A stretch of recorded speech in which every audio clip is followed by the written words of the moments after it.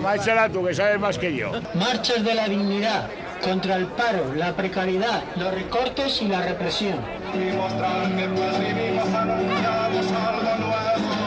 La misma clase obrera, nativa o extranjera. la misma clase obrera, Nativa o extranjera. unido jamás será vencido.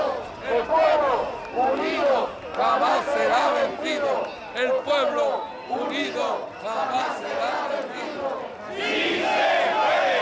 ¡Sí se puede! ¡Sí se puede! ¡Sí se puede!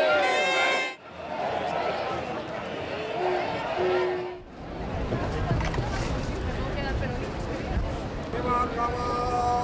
¡Se va a acabar! ¡Se va a acabar la paz!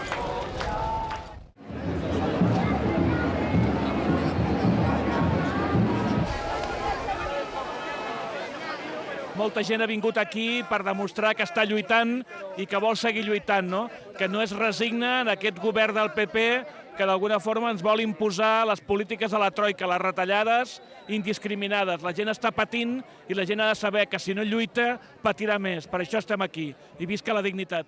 Hemos venido gente con banderas, gente sin banderas, gente con camisetas, gente sin camisetas y al final todo personas que estamos concienciadas por la situación en la que estamos viviendo. No es una crisis. ¡No es una crisis! Es una estafa. ¡Es una estafa! Se han reído de las personas que venían andando porque eran 4 con las banderas republicanas. Incluso algunos ayuntamientos los han vetado.